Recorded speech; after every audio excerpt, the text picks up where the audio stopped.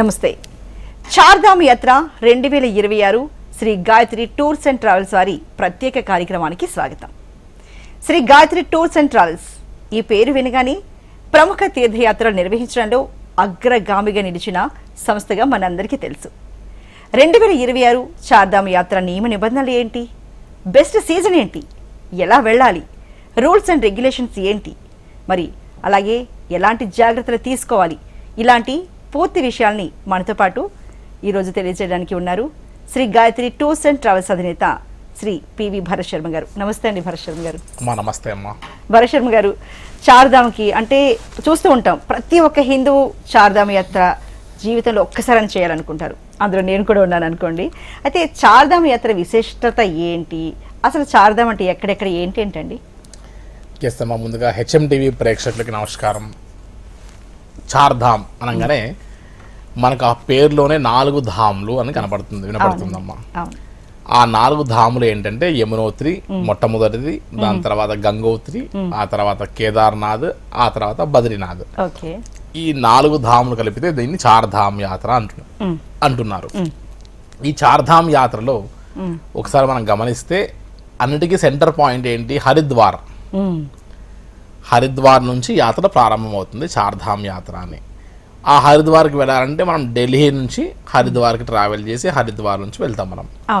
So Haridwar, అది Haridwar name కాస్త ఒకప్పుడు ఇది హరిద్వార్. అన్ని ధాములకి ఇదే ద్వారం, సెంటర్ పాయింట్ అని చెప్పడానికి. అది హరిద్వార్ కాస్త కాలక్రమేణా హరిద్వార్గా మారిపోయి మనకు వినపడుతూ వస్తుంది. సో ఇటు యమునోత్రికి వెళ్ళాలన్నా, గంగోత్రికైనా, కేదార్కైనా, బద్రీనాథ్ అయినా మనం హరిద్వార్ నుంచే ట్రావెల్ చేస్తూ వెళ్ళవలసిన క్రమం. మనం ఒకసారి ఈ చార్ధామ్ యొక్క విశిష్టత మీరు అడిగినట్టుగా ఒకసారి తెలుసుకోవాలనుకుంటే, యమునా నది పుట్టినటువంటి ఒక ప్రదేశం యమునోత్రిగా, గంగా నది ఆవిర్భవించినటువంటి ఒక ప్రదేశంగా గంగోత్రిగా, 12 జ్యోతిర్లింగాలు 12 అవుతే 12లో 6 మాసాలు దేవతల ద్వారా, 6 మాసాలు మానవుడికి దర్శించడానికి అవకాశం ఉండేటువంటి ప్రకృతి అనుకూలంగా ఒక సమయంగా చెప్పేటువంటి కేదార్నాథ్ ఆలయం 12 జ్యోతిర్లింగాల్లో ఒకటైనటువంటిది. 6 మంత్సే మనకు అవకాశం ఇస్తారు దర్శనం కోసం. సో మిగతా 6 మాసాలు దేవతలు పూజిస్తారట. కాబట్టి ఆలయం మూసివేయబడుతుంది అని చెప్తుంది. ప్రకృతి మంచుతో కప్పబడుతుంది. ఎందుకు అంటే ఆ సమయంలో మానవుడు రాకూడదు కాబట్టి అని. బాగుందండి, అర్థమైంది తల్లి. సో నెక్స్ట్ ఏంటి, ఇటు యమునోత్రి, గంగోత్రి, కేదార్ 3 ధాములు అయిపోయిన తర్వాత 4వ ధామ్ బద్రీనాథ్.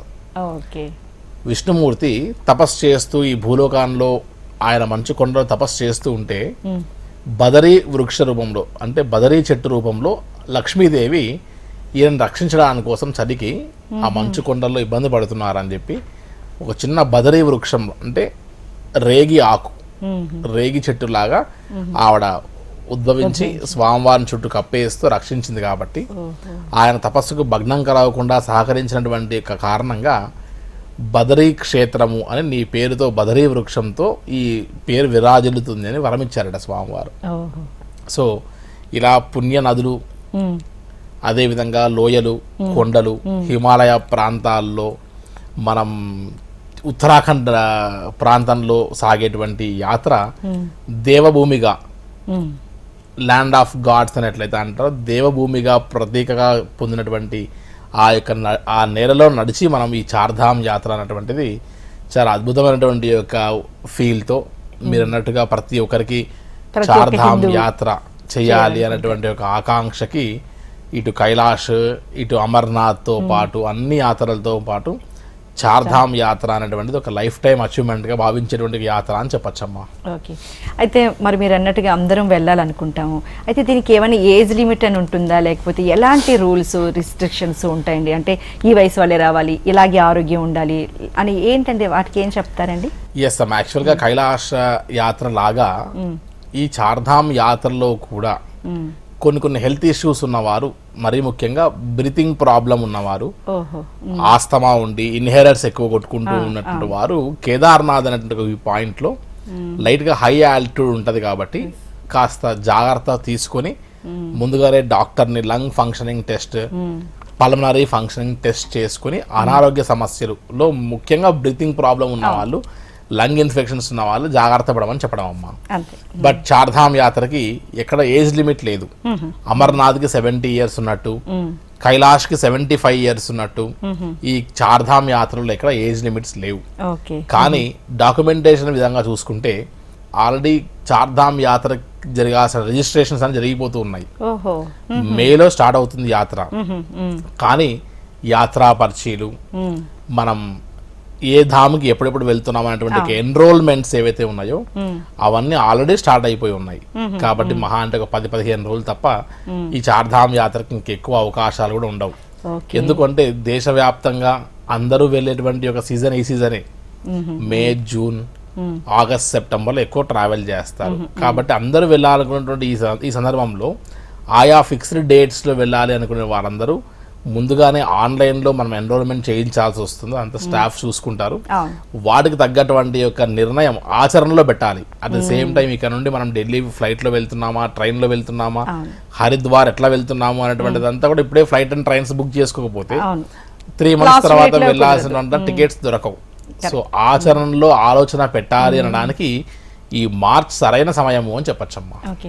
అంటే మీరు చెప్పారండి, అంటే ఆగస్టు సెప్టెంబర్ వరకు ఇలా వెళ్తాం, మే, జూన్, ఆగస్టు, సెప్టెంబర్ వరకు అని. కానీ బెస్ట్ సీజన్ అయితే ఏది చెప్తారండి? ఎస్ అమ్మా, యాక్చువల్గా ఏప్రిల్లోనే చార్ధామ్ యాత్ర ఓపెన్ అవుతుందమ్మా, మొదలవుతుంది ఈసారి. కానీ ఏప్రిల్ నుండి మొదలు పెడితే కాస్త వాతావరణం సర్దుకోవడానికి, రోడ్స్ అన్ని సెట్ అవ్వడానికి ఒక మనం మే నుండి స్టార్ట్ చేసుకుని యాత్రకు లక్షణంగా వెళ్ళచ్చు.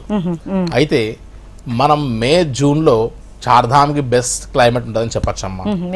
సో గాయత్రి టూర్స్ నుండి మే, జూన్, అదేవిధంగా ఆగస్ట్, సెప్టెంబర్లో ఫిక్స్డ్ డేట్స్లో each and every day, even 2-3 ఉన్నా సరే ఈ చార్ధామ్ యాత్ర ఆపరేట్ చేసేటట్టుగా కూడా ప్లాన్ చేసి కస్టమైజ్డ్గా ఈచ్ అండ్ ఎవ్రీ ప్లేసెస్లో మన యొక్క మేనేజర్స్ని పెట్టి సెల్ఫ్ కిచెన్ కూడా ఎంటైన్ చేస్తూ ఈ సంవత్సరం ఆపరేట్ చేస్తున్నాం తల్లి. అయితే మరి మనం ఇప్పుడు ఎప్పట్లోగా మేలో వెళ్ళాలనుకున్నారనుకోండి, వాళ్ళు ఎప్పట్లోగా ఎన్రోల్ చేసుకోవాలి, దాని గురించి చెప్తారండి. మేలో అండ్ జూన్లో వెళ్ళాలనుకునే వారికి ఈ మార్చ్ ఎండ్ వరకు మనం సమయం తీసుకోవచ్చు అమ్మా. ఏదైనా లాస్ట్ మినిట్లో ఏదైనా అడ్జస్ట్మెంట్స్ ఉంటే చేయొచ్చు. కానీ ఆయా డేట్స్లో వెళ్ళడానికి యాత్రా పర్చేస్ అయిపోయాయి అనుకోండి, లిమిటేషన్స్ ఉంటాయి. ఎంతమంది ఎంటర్ అవ్వాలి, చార్ధామ్లో ఏ ధామ్ నుంచి ఏ ధామ్కి ఎంతమంది ఎంటర్ అవుతున్నారు అనేటువంటి రిస్ట్రిక్షన్స్ ఉంటాయి. అది లేకుండా వెళ్ళేసరికి అక్కడ అకామిడేషన్ దొరకక రోడ్ల మీద ఇబ్బంది పడుతూ, హిల్ ఏరియా కాబట్టి ట్రాఫిక్ జామ్స్ చేస్తూ ఇవన్నీ ఇబ్బంది కాకుండా రెగ్యులేట్ చేస్తూ వస్తారు. సో ఎర్లీ డెసిషన్ తీసుకోవడం వల్ల మనం యాత్ర కావాల్సినటువంటి యొక్క ఏర్పాట్లు కూడా సజావుగా ప్రశాంతంగా చేసుకోవచ్చు అని చెప్పచ్చమ్మా. ఓకే. అంటే మనకి చార్ధామ్ యాత్రలో అండి కేదార్నాథ్కి వెళ్ళాలనుకుంటే అప్పుడు కొంతమంది నడవలేరు, మరి అలాంటి వాళ్ళు ఖచ్చితంగా హెలికాప్టర్ ఉపయోగించాల్సిందేనా? అవి కూడా మీరు ప్రొవైడ్ చేస్తారండి? ఎస్ అమ్మా, యాక్చువల్గా హెలికాప్టర్ అనేటువంటిది లాస్ట్ టైం చూడండి గవర్నమెంట్ ఆఫ్ ఇండియా ఏదో టేకప్ చేద్దాం అనుకున్నారు. కానీ అక్కడ ఆ సర్వీస్ ఇవ్వడం అనేటువంటిది కొద్దిగా వారికి టఫ్ టాస్క్ అనిపించి మధ్యలోనే వదిలేశారు. ఎవరో హెలికాప్టర్ టికెట్ మనం ఆన్లైన్లో బుక్ చేసుకుంటాం, ఒక కంప్యూటర్ ఐపీ ద్వారా 2 tickets బుక్ అవుతాయి. అది యాత్రికులు చేసుకోవాలి, మనం సజెస్ట్ చేస్తాం ఈ డేట్లో ఈ డేట్ ఓపెన్ అవుతుంది అని. బుక్ చేసుకున్న తర్వాత కూడా ఆ రోజు వెళ్ళిన రోజు క్లైమేట్ బాగుంటేనే మనం ఫ్లై చేస్తాం. క్లైమేట్ బాగోలేకపోతే ప్రత్యామ్నాయ మార్గం చూసుకోవాలి కదా. కాబట్టి ఆల్టర్నేట్గా నడవలేనప్పుడు ఖచ్చితంగా గుర్రము, లేదంటే పోటర్ కానీ, లేదంటే ఒక పిట్టు కానీ, లేకపోతే ఒక డోలీ కానీ మనం ఆల్టర్నేట్గా ప్లాన్ చేసుకొని అది ఫెయిల్ అవుతే ఇలా వెళ్ళాలి అనుకుని ఫిక్స్ అయితేనే చార్ధామ్ యాత్ర చేయొచ్చు. లేకపోతే కేవలం హెలికాప్టర్ ఉంటేనే మనం చేస్తాం అనుకుని వెళ్తే మాత్రం హెలికాప్టర్ అనేటువంటిది సర్టనిటీ కాదు చార్ధామ్లో. అంటే అక్కడ వెదర్ని బట్టి మారిపోతూ ఉంటుంది. ఒకవేళ విఐపి తాకిడి ఉందనుకోండి ఆ రోజు నో ఆప్షన్, అన్ని క్లోజ్ అవుతాయి. క్లైమేట్ బాగాలేదు, క్లోజ్ అవుతాయి. అటువంటివి మన చేతిలో ఉండవు. కాబట్టి మేము ఎవరికి కూడా కస్టమర్కి చార్ధామ్లో ఖచ్చితంగా హెలికాప్టర్ ప్రామిస్ చేయం. మనం హెలికాప్టర్ లేకుండా గుర్రము అండ్ డోలీ మీద మనం ప్రిపేర్ అయి ఉండాలి ఆల్టర్నేట్ ఆప్షన్గా అనుకునే మనం ప్లాన్ చేయాల్సి వస్తుంది. 17 kilometers ఉంటుందమ్మా అప్, 17 kilometers డౌన్ ఉంటుంది కేదార్నాథ్ ట్రెక్ అనేటువంటిది. సో ఓపిక ఉన్న వారు చేయొచ్చు, ఓపిక లేని వారు ప్రత్యామ్నాయంగా ఒక హార్స్, గుర్రం పెట్టుకుంటే చాలా బ్రహ్మాండంగా యాత్ర చేయొచ్చు అమ్మా. అయితే భరత్ శర్మ గారు, మరి మీరు చెప్తున్నట్టు హెలికాప్టర్ అనేది ఆ క్షణం వరకు మనకు తెలియదు ఉంటుందా లేదని. కానీ మరి మీరు చెప్తున్న చక్కగా డోలీ ఉంది, లేకపోతే పిట్టు అన్నారు, లేకపోతే హార్స్ మీద వెళ్ళొచ్చు అన్నారు. మరి ఇవి కాకుండా హెలికాప్టర్ని ఎందుకంటే చూస్ చేసుకుంటారు? మరి ఉన్నాయి కదా. అంటే తక్కువ టైంలో అట్లీస్ట్ మనం ఒక 4 hours గుర్రం మీద కూర్చోకుండా హాఫ్ అన్ అవర్లోనే ఫ్లై వెళ్ళిపోవచ్చుగా. కాబట్టి ఎక్కువ time at the same time comfort చూసుకోవడానికి ఫస్ట్ ప్లాన్ చేస్తారు. ఆ ఆప్షన్ పెట్టుకోవచ్చు మన మైండ్లో. కానీ ప్లాన్ బి అనేటువంటిది లేకపోతే, సెకండ్ ఆప్షన్ లేకపోతే, కొంతమంది నాకు తెలిసిన వాళ్ళు కేవలం హెలికాప్టర్ దొరికితేనే వెళ్దాం అనుకుంటారు. హెలికాప్టర్ దొరకదు, వాళ్ళు కిందనే ఆగిపోతారు షేర్సీ అండ్ పాట బేస్ క్యాంప్ లోనే. మరి పైకి వెళ్ళలేకపోతే మీ చార్ధామ్ లో ఆ 12 జ్యోతిర్లింగం కంప్లీట్ కాదు కదా.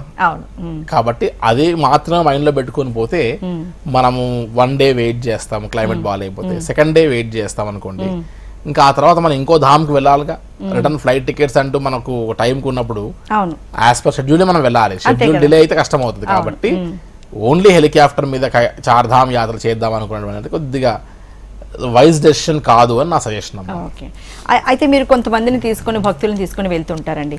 మరి కొంతమంది ఇలా హెలికాప్టర్లు వెళ్ళే వాళ్ళు, లేకపోతే అలా దాని వలన కొంచెం స్కెడ్యూల్ ఏమి అటు ఇటు అవ్వదండి? అది క్లియర్ గానే ఉంటుందా? ఎస్ అమ్మా, యాక్చువల్ గా మనం ఒక డే బఫరింగ్ పెట్టుకుంటాం చార్ధామ్ లో ఎక్స్క్లూజివ్ గా ఈ కేదార్నాథ్ పాయింట్ కి. కొంతమంది వెళ్ళి సేమ్ డే వస్తారు, కొంతమంది వెళ్ళి అక్కడ నైట్ హాల్ట్ చేసి మళ్ళీ తిరిగి వస్తారు. సో దానికోసం మనం బఫరింగ్ లో పెట్టుకుని మనం ఆల్టర్నేట్ గా ఆప్షన్స్ ప్లాన్ చేస్తాము.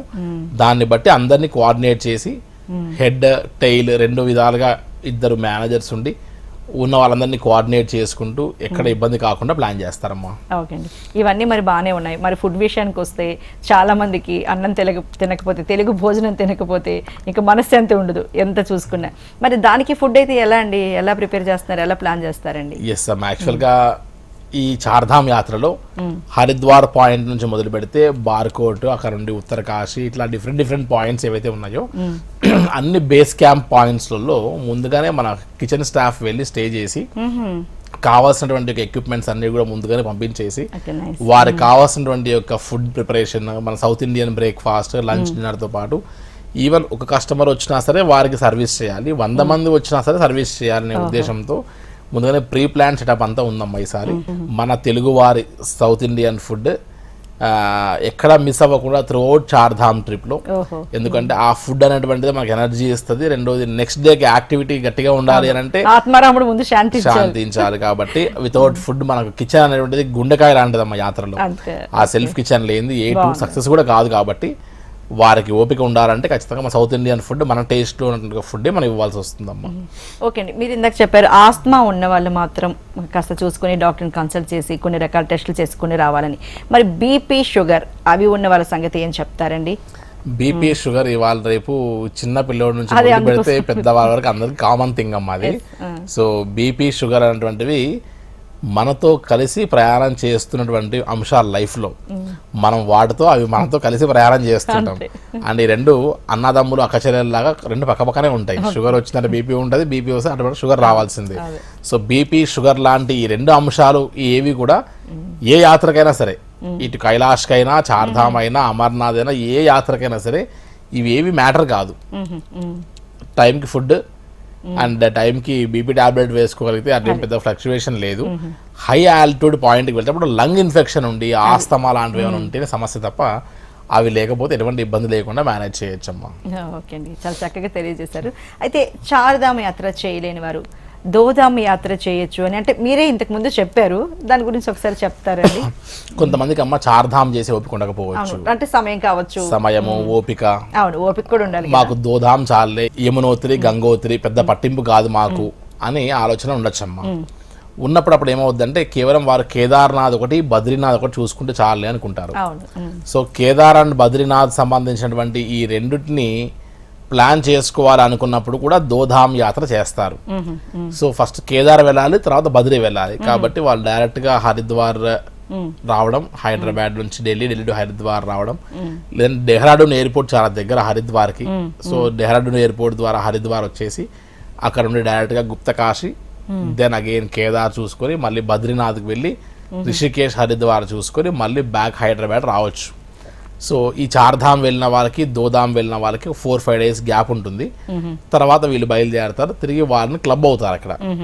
సో అలా చేయొచ్చు. సపరేట్ గా దోధామ్ కావాలంటే కూడా మనం ఆపరేట్ చేసి వారికి మనం క్రియేట్ చేయొచ్చు. ఎక్కడ ఇబ్బంది కాకుండా మనం కస్టమైజ్ గా చేసి కూడా వ్యవహారం చేయొచ్చు అమ్మా. ఓకే, కస్టమైజ్డ్ కూడా ఉందన్నారు, చాలా బాగుందండి. అయితే చార్ధామ్ యాత్ర మొత్తం హెలికాప్టర్ రూట్లో చేసుకుంటాం మేము, ట్రైన్స్ కానీ లేకపోతే బస్సులు కానీ ఇంత సమయం పెట్టలేము అనుకునే వాళ్ళకి అలాంటి ఆపర్చునిటీ కూడా ఉందంటారండి? ఎస్ అమ్మా, యాక్చువల్గా చార్ధామ్ యాత్రని అన్ని ధామ్స్ హెలికాప్టర్స్ లో కూడా చేసుకునే ఆప్షన్ ఉంది. ఎలా అంటే ఇప్పుడు హరిద్వార్ వరకు వెళ్ళాం, డెహ్రాడూన్ లో మనం హెలికాప్టర్ ఎక్కితే డెహ్రాడూన్ టు యమునోత్రి బేస్ క్యాంపే. యమునోత్రికి మళ్ళీ 7 కిలోమీటర్స్ ట్రెక్ ఉంటది.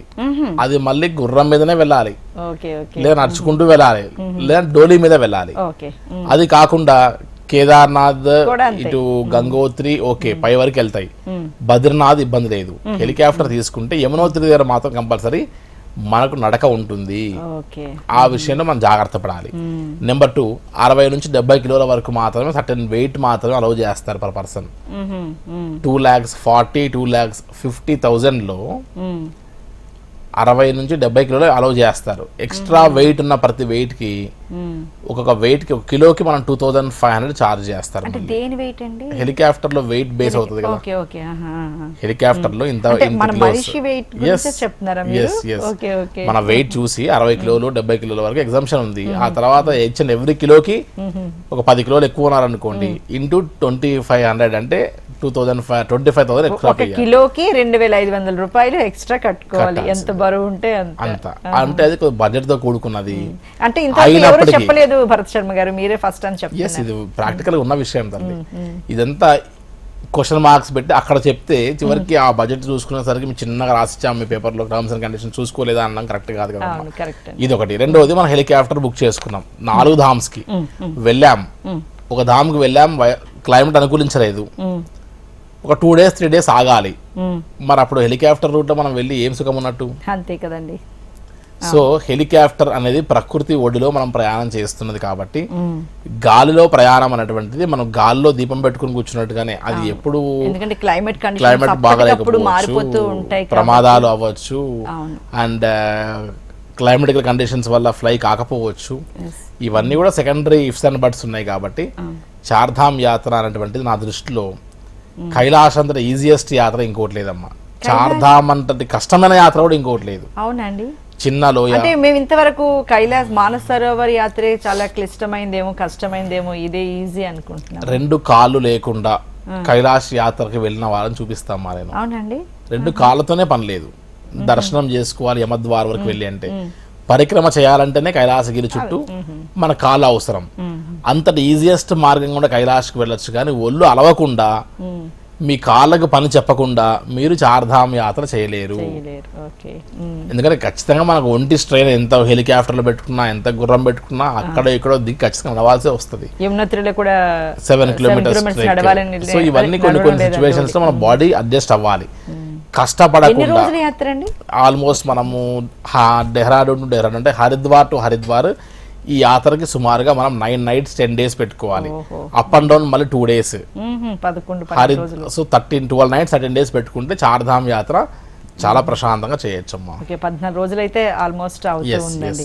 అయితే మరి అమర్నాథ్ కావచ్చు, లేకపోతే కేదార్నాథ్ కావచ్చు, ఈ యాత్రలు అంటే ఈ చార్ధామ్ యాత్రను తీసుకుందామండి. ఏ వయసులో చేస్తే బాగుంటుంది? ఎందుకంటే మీరు చెప్తున్నారు ఒళ్ళు అలవకుండా అయితే అస్సలు చార్ధామ్ యాత్ర చేయలేము అనేది.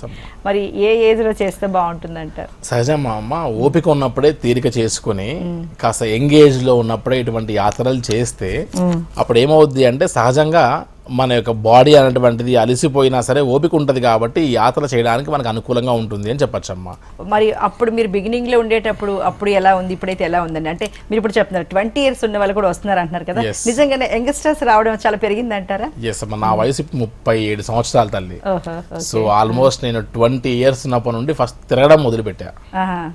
ఒక మహానుభావుడు స్టార్ట్ చేసినటువంటి ఒక ఆలోచన అతనితో తిరగడం మొదలుపెట్టి వారు షేర్ చేసిన ఒక నాలెడ్జ్ ని ఇప్పుడు నేను ఇంకోరికి ఉపయోగిస్తున్నా. సో అప్పుడు తిరిగి ఉన్నా కాబట్టి ఇప్పుడు ఆ నాలెడ్జ్ నాకు ఉపయోగపడుతుంది.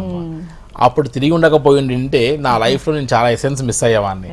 సో ఒకటి. రెండవది ఆల్మోస్ట్ ఒక 15-16 ఇయర్స్ నుండి నేను డిఫరెంట్ యాత్రలు అన్ని చేసేటప్పుడు ఆ రోజుల్లో కాశీకి వెళ్ళాలంటే ట్రైన్ ఎక్కితే అబ్బాయి ట్రైన్ ఎక్కాడు రా ఏసీ ట్రైన్ అనుకునేవాళ్ళు. అవును. ఇప్పుడు ఉదయం ఫ్లైట్ ఎక్కి సాయంత్రం కాశీ నుంచి వస్తున్నారు. ఎవరు ట్రైన్స్ ఎక్కే పరిస్థితి లేదు, ఆల్రెడీ దాటి వెళ్ళిపోయాం. మనం టైం చాలా విలువైంది. అవును. అండ్ ట్రైన్ కి ఫ్లైట్ కి పెద్ద డిఫరెన్సియేషన్ లేదు. 2 రోజులు ట్రైన్ లో వెళ్ళి అది ట్రైన్, ఆ ట్రైన్ లో ఫుడ్, ఆ వాతావరణం, పడక, దాంతో పాటు ఈ వాష్రూమ్స్ అన్నిటికీ నీట్గా ఉండలేకపోవడము, ఇవన్నీ లెక్కేసుకుంటే మనకు ఫ్లైట్ చీప్ అవుతుంది. 1-2 అవర్స్ లో వెళ్ళొచ్చు. సో టైం అనేటువంటి మేనేజ్మెంట్ చేసుకోవడానికి లెక్కేసుకుంటే మనం ట్రైన్ లో వెళ్ళిన దానికంటే ఫ్లైట్ ప్యాకేజ్ చీప్ అవుతుందమ్మా మనకు. కరెక్ట్ అండి. సో ఇవన్నీ బేస్ చేసి అప్పటికి ఇప్పటికి చాలా మార్పులు, టూరిజం బాగా పెరిగిపోయిందమ్మా. అవునండి. ఇంకా కోవిడ్ తర్వాత ఇంకా పెరిగింది. ఇంకా వెళ్ళాలి తిరగాలనే కోరిక కోవిడ్ తర్వాత ఇంకా బాగా పెరిగిపోయింది. కాబట్టి ఓపిక ఉన్నప్పుడే తీరిక చేసుకుని ఇటువంటి యాత్రలు చేయడం అనేటువంటిది చాలా విశేషమైన అనుభూతి ఇస్తుంది అని చెప్పచ్చు. కరెక్ట్ అండి. అయితే మీరు చాలా యాత్రలు చెప్తున్నారు, మీరు చాలా చూసారంటున్నారు, ఇప్పుడు చాలా ప్యాకేజెస్ ఇస్తున్నారు. అంటే ఎక్కడెక్కడికి ఏ యాత్ర, మనం ఇప్పుడు చార్ధామ్ యాత్ర గురించి మాట్లాడుకున్నాం, కానీ కైలాస్ యాత్ర అనేది చాలా సింపుల్ అని చెప్తున్నారు. చాలా వినడానికి కూడా చాలా బాగుంది. అలాగే ఇంకా ఏ యాత్రలు అండి మీ ద్వారా వెళ్ళొచ్చు? ఎస్ అమ్మా, యాక్చువల్గా గాయత్రి టూర్స్ అండ్ ట్రావెల్స్ అనగానే ఎక్స్క్లూజివ్గా కైలాష్ యాత్ర నిర్వహిస్తారు అన్నటువంటి ఒక పేరుని చాలా గట్టిగా వినపడుతూ ఉంటుంది.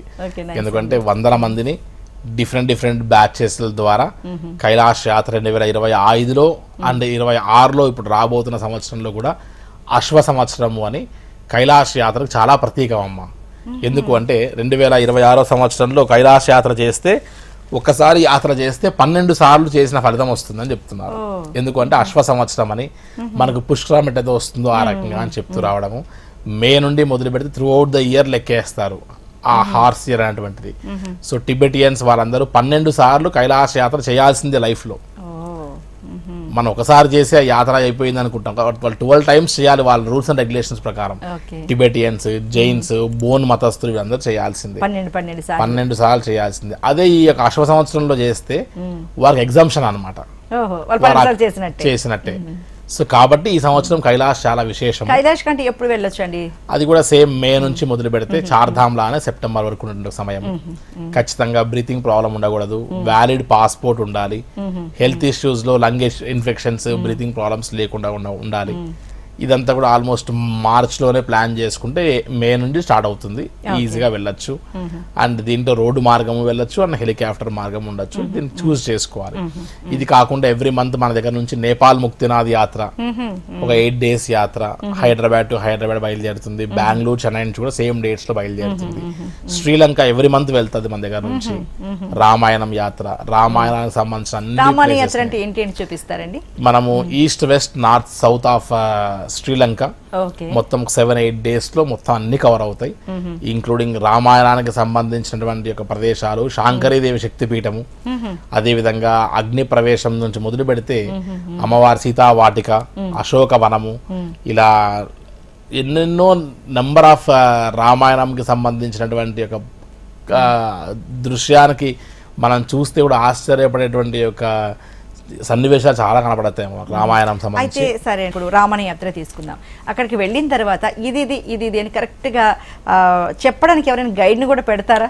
అంటే కేవలం వెళ్ళి చూసి వచ్చేయడమా, లేకపోతే ఎవరైనా గైడ్ ని పెట్టి ఈ ప్రాంతం విశిష్టత ఇది, ఈ క్షేత్రం విశిష్టత ఇది అని చెప్తారండి? యాక్చువల్గా అమ్మా, ఇటు కైలాష్ నుంచి మొదలు పెడితే ఇటు చార్ధామ్, అమర్నాథ్, శ్రీలంక, వారణాసి లాంటి ఏ టూర్ అయినా సరే మనం గైడ్ చేసినటువంటి, ట్రైన్ చేసినటువంటి ఎఫిషియెంట్ గైడ్స్ ఖచ్చితంగా మన తెలుగు వాళ్ళు ఫ్రమ్ స్టార్టింగ్ పాయింట్ నుండి ఎండింగ్ పాయింట్ వరకు ఉంటారు. కేవలం ఇలా వెళ్ళాలి, ఇది గుడి, అది గోపురం అని చెప్పేటువంటి వాతావరణమే కాకుండా దాని యొక్క బ్యాక్ అండ్ హిస్టరీ, దాని టెంపుల్ యొక్క ప్రామినెన్స్ ఏంటి, ఎందుకు దర్శనం చేసుకోవాలి, ఎవరు ప్రతిష్ఠించినటువంటిది, ఎందుకోసం చేశారు అనేటువంటి విషయం అంతా మనం సబ్ కాన్షియస్ మైండ్ లో వేసి మనం యాత్ర చేస్తే వచ్చిన తర్వాత అనుభూతి వేరే ఉంటుంది. సో యాత్ర అంటే యానం త్రాయతీతి యాత్ర అని చెప్తారమ్మా. సో ఒక ప్రదేశం నుంచి ఇంకో ప్రదేశానికి జరిగేటువంటి ఏది యాత్రనే. మీరు ఉద్యోగానికి వస్తున్నారు యాత్రే, నేను వస్తున్నా నాది యాత్రే. కానీ తీర్థానికి వెళ్ళే యాత్ర తీర్థయాత్ర కాబట్టి ఆధ్యాత్మిక జ్ఞానంతో ఆధ్యాత్మిక ఎసెన్స్ ని మనం టచ్ చేస్తూ వెళ్ళేటువంటి ఈ తీర్థయాత్ర అనేటువంటిది మనకు ఆధ్యాత్మిక నాలెడ్జ్తో ట్రావెల్ చేస్తే వేరే ఉంటుంది. కాబట్టి సహజంగా గాయత్రి టూర్స్ అండ్ ట్రావెల్స్లో అటువంటి ఆధ్యాత్మిక ఎసెన్స్తో కూడినటువంటి యాత్ర జరగడం జరుగుతుంది. ఓకే అండి. మరి మీ శ్రీ గాయత్రి టూర్స్ అండ్ ట్రావెల్స్లో చాలా చక్కటి తీర్థయాత్రలు ఉన్నాయని తెలియజేశారు. కాకపోతే అంటే ప్యాకేజెస్ గురించి కూడా తెలుసుకోవచ్చండి. ఇప్పుడు చార్ధామ్ యాత్ర ఉంది, మనం చార్ధామ్ యాత్ర గురించి మాట్లాడుకుంటున్నాము. మరి దానికి మీరు అంటే కొన్ని చెప్పారు, అక్కడ ఫ్లైట్ కావాలంటే హెలికాప్టర్ కావాలంటే అది ప్రొవైడ్ చేస్తాము, దానికి వేరే సెపరేట్ అండి. ఎలా అండి ప్యాకేజెస్లో ప్రైసెస్ కూడా చెప్తారా కాస్త? ప్రతి టూర్లో కూడా మనం చూస్ చేసుకున్నటువంటి ఫ్లైట్, హెలికాప్టర్ రూట్స్, మనకి నుంచి స్టార్టింగ్ పాయింట్ ఎండింగ్ పాయింట్ కి ఎట్లా మనం కనెక్టివిటీ పెట్టుకున్నాము, ఫ్లైట్ లో వెళ్తున్నామా, హెలికాప్టర్స్ లో ట్రావెల్ చేస్తున్నామా, ఎక్కడి నుంచి ఎక్కడికి, ఆ సబ్స్టిట్యూషన్స్ ని అన్నింటిని చూసి లెక్క వేసుకున్న తర్వాత ప్యాకేజ్ అమౌంట్ డిసైడ్ అవుతుంది. So Gayatri tours and travels లో అన్ని ఆప్షన్స్ ఉంటాయి. ఇటు ట్రైన్ జర్నీకి అవకాశం ఇస్తాం, ఫ్లైట్ కి ఇస్తాం, దాని తర్వాత ఆయా ప్రదేశాల్లో మనకు వారికి తక్కువ కాస్ట్ లో అవ్వాలి అని అంటే లో కేటగిరీ హోటల్స్ సెట్ చేస్తాం, కాస్త ఎక్కువ కాస్ట్లో కావాలి అని అంటే హై కేటగిరీ హోటల్స్ని ఇవ్వచ్చు. ఏదైనా సరే మనం పెట్టేటువంటి ఒక డబ్బును బట్టి సర్వీసెస్ మనం ప్రొవైడ్ చేయడం జరుగుతుంది. కస్టమైజ్డ్ కూడా చేసి వారికి మనం అందిస్తాం అన్నీ కూడా. సో ఇవన్నీ స్క్రీన్ మీద డిస్ప్లే అవుతున్నటువంటి నెంబర్స్కి కాల్ చేస్తే ఎక్స్పర్టైజ్డ్ టీమ్ ఉంటారు, వారందరూ వారి రిక్వైర్మెంట్కి అనుకూలంగా వారు సజెస్ట్ చేసి వారి యొక్క సలహా సూచనని మనం ఇవ్వడం జరుగుతుంది. ఇది బాగుందండి, అందరికీ ఒకేలా కాకుండా. అయితే ఇంకొక డౌట్ అండి, ఇప్పుడు మనం అనుకున్నట్టుగా కొంతమంది ఇంకా అలా జీవితంలో ఉద్యోగం వ్యాపారం అంటే అలా పడిపోతారు. ఇప్పుడు కొంత వయసు వచ్చిన తర్వాత వెళ్దాం అనుకుంటారు, వాళ్ళకి తోడుగా ఎవరు రాకపోవచ్చు, కాస్త వాళ్ళు ఏజ్లో కాస్త పెద్దవాళ్ళు కావచ్చు. అలాంటి వాళ్ళకి కూడా సర్వీస్ ఇచ్చి వాళ్ళకి తోడుగా ఒక మనిషిని పెట్టడం, దానికి ఎక్స్ట్రా అమౌంట్ అయినా పర్లేదు అని అనుకున్న వాళ్ళకి కూడా ఏమైనా చేస్తారండి? అలాంటిది ఏమైనా ఉందా అసలు? ఎస్ అమ్మా, యాక్చువల్గా ఇది చాలా వ్యాలిడ్ ప్రశ్న అడిగారమ్మా మీరు. ఎక్కడెక్కడో స్టేట్స్ నుంచి అండ్ ఏపీ, తెలంగాణ, కర్ణాటక, తమిళనాడు ఇటువంటి రాష్ట్రాల నుండి మన ఫేస్ చూడరు, కేవలం ఫోన్లో మాత్రమే మాట్లాడి వాళ్ళ సింగిల్ ట్రావెలింగ్ పేరెంట్స్ను లేదంటే సింగిల్ ట్రావెలింగ్ మదరో ఫాదరో ఎవ్వరూ లేకుండా కూడా వచ్చి వారు కైలాష్ యాత్ర లాంటి పెద్ద పెద్ద యాత్రలకే ట్రావెల్ చేసి సురక్షితంగా వారి ప్రాంతాలకు వెళ్ళిన సందర్భాలు చాలా ఉంటాయి. సో వీళ్ళందరూ స్టార్టింగ్ పాయింట్కి వచ్చి మనం మీట్ అయితే ఫస్ట్ టైం ఫ్లైట్ ఎక్కకుండా, ఫస్ట్ టైం హెలికాప్టర్ ఎక్కకుండా ఉన్న వాళ్ళని కూడా మనం దగ్గరుండి ఒక సర్టెన్ టీంని మనం హ్యాండ్ అవుట్ చేసి జాగ్రత్తగా తీసుకొని రావడమే మన పని. కాబట్టి అందులో సబ్ కాన్షియస్ మైండ్లో వారికి నాలెడ్జ్ ఉండాల్సిన అవసరం ఏమీ ఉండదమ్మా. వన్స్ వారి యొక్క డీటెయిల్స్ ఫర్నిష్ చేశారా, పర్మిట్లు, వీసాలు, సంబంధించిన డాక్యుమెంటేషన్స్, యాత్రా పర్చీలు, అలా ఏ టూర్కి ఉంటే ఆయా టూర్కి సంబంధించినటువంటి బ్యాక్ ఎండ్ అంతా మనం వర్క్ చేసి పెడతాం. వారిని జస్ట్ హైదరాబాద్ ఎయిర్పోర్ట్కి రావడానికి ఏ టైంకి రిపోర్ట్ చేయాలో చెప్తాం. వాళ్ళ పేరెంట్స్ని లేకపోతే వాళ్ళ పిల్లల్ని తీసుకొచ్చి మనకు అప్పచెప్పి దగ్గర నుంచి మొదలు పెడితే త్రూఅవుట్ యాత్ర అయిపోయి మళ్ళీ ఆ ఎయిర్పోర్ట్ దింపే వరకు టోటల్ రెస్పాన్సిబిలిటీ మనం తీసుకోవాల్సి వస్తుందమ్మా. ఓకే, చార్ధాంలో మనం ఇందాక మాట్లాడుకున్నాం, కొన్ని ఘటనలు జరిగాయి, కొన్ని అంటే ఈ వర్షాకాలంలో కావచ్చు, క్లౌడ్ బరస్ట్లు అలాంటివి జరిగినప్పుడు ఇలా టూర్స్ అండ్ ట్రావెల్స్ వాళ్ళు కొంతమంది మమ్మల్ని ఇలా మధ్యలో వదిలేస్తారు, మమ్మల్ని ఎవరు పట్టించుకోవట్లేదని అక్కడి నుంచి యాత్రికులు ఫోన్ చేసి మాట్లాడడం చాలాసార్లు జరిగిందండి. అదే మరి మీ గాయత్రి టూర్స్ అండ్ ట్రావెల్స్ అయితే అలాంటి సిచ్యువేషన్ పొరపాటును ఎదురవ్వకూడదు, ఎదురైతే ఏం చేస్తారండి? క్లైమేట్ బాగోలేదు, అక్కడ వారిని ఒంటరిగా ఉన్నటువంటి వారిని మేనేజర్ గైడ్ ఎవరు లేకుండా ఏ నేపాల్ వాళ్ళకో ఏ చైనా వాళ్ళకి అప్పచెప్పేసి ఓనర్ ఇక్కడ ఏసీ రూమ్ లో కూర్చుంటే ఏమవుతుంది? ఆబ్వియస్ గా ఈ కంప్లైంట్సే వస్తాయి. మనం ఫీల్డ్ లో ఉంటే ఎస్ ఇక్కడ వాతావరణం ఇది, సిచ్యువేషన్ ఇది జరుగుతుందని అక్కడ ఇష్యూని అక్కడే సాల్వ్ చేసేటువంటి ఒక రెస్పాన్సిబుల్ పర్సన్ ఉంటే మీరు చెప్పిన ఎటువంటి ప్రాబ్లమ్స్ రావు. అండ్ ఇంతకాలపు నా సర్వీస్లో నేను ఎక్కడా పలానా వ్యక్తికి ఇబ్బంది అయ్యింది, గాయత్రిలో పలానా దగ్గర తీసుకెళ్ళి వదిలేశారు, ఇలా మమ్మల్ని పట్టించుకోకుండా వదిలేశారు, మాకు సర్వీసెస్ విషయంలో ఇబ్బంది అయింది అనేటువంటిది మన గూగుల్ రివ్యూస్లో కానీ ఎక్కడ చూసినా మీకు ఒక దాఖలా కూడా దొరకదమ్మా. అంటే ఇన్ని ట్రావెల్స్ ఉన్నప్పటికీ కూడా Shri Gayatri tours and travels ని ఎందుకు ఎంచుకోవాలనేది మీరు చెప్తున్నారనమాట. ఓకే అండి, okay, thank you so much Bharat Sharma గారు. చాలా చక్కగా వివరించారు చార్ధామ్ యాత్ర ఎలా చేయాలి, ఏంటి ఆ విశిష్టత ఏంటి, ఎలాంటి ఇబ్బందులు ఉంటాయి, అది ఎంత కష్టం అయినా సరే చాలా బాగుంటుంది. ఖచ్చితంగా యంగ్స్టర్స్ అందరూ టూర్స్కి రావాలి, విజ్ఞానం, వినోదం, అలాగే తీర్థయాత్రలు చేస్తే దానికి కలిగే మానసిక ఉల్లాసం అన్ని తెలియజేశారు. ధన్యవాదాలండి. నమస్కారం అమ్మా. మరి ఇది వాటి Shri Gayatri tours and travels వారి ప్రత్యేక కార్యక్రమం. మరో కార్యక్రమంతో మళ్ళీ కలుద్దాం. నమస్తే.